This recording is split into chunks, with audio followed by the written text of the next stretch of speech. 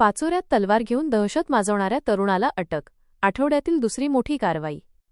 पाचोरा प्रतिनिधी. शहरातील जारगाव चौफुली परिसरात धारदार लोखंडी तलवार बाळगून नागरिकांमध्ये दहशत निर्माण करणाऱ्या एका 19 वर्षीय तरुणाला पाचोरा पोलिसांनी अटक केली आहे.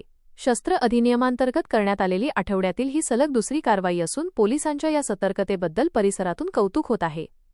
जळगाव जिल्ह्याचे पोलीस अधीक्षक महेश्वर रेड्डी यांनी जिल्ह्यात बेकायदेशीर शस्त्र बाळगणाऱ्यांविरुद्ध कठोर मोहीम राबवण्याचे आदेश दिले आहेत.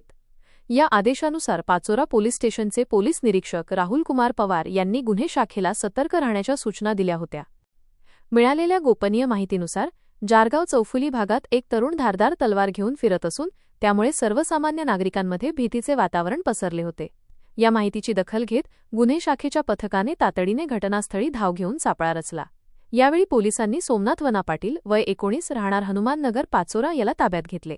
त्याची झडती घेतली असता त्याच्याकडे एक धारदार लोखंडी तलवार मिळून आली, जी पोलिसांनी जप्त केली आहे. या प्रकरणी पोलीस कॉन्स्टेबल योगेश पाटील यांनी दिलेल्या फिर्यादीवरून पाचोरा पोलीस स्टेशनमध्ये गुन्हा क्रमांक 84/2026 नुसार शस्त्र अधिनियम कलम 4/25 अन्वये गुन्हा दाखल करण्यात आला आहे. ही यशस्वी कारवाई पोलीस अधीक्षक महेश्वर रेड्डी, अप्पर पोलीस अधीक्षक कविता नेरकर आणि उपविभागीय पोलीस अधिकारी बापू रोहम यांच्या मार्गदर्शनाखाली पोलीस निरीक्षक राहुल कुमार पवार, पोलीस उपनिरीक्षक कृष्णा घायाळ, पोलीस कॉन्स्टेबल संदीप राजपूत, जितेश पाटील, योगेश पाटील व हरीश परदेशी यांच्या पथकाने केली.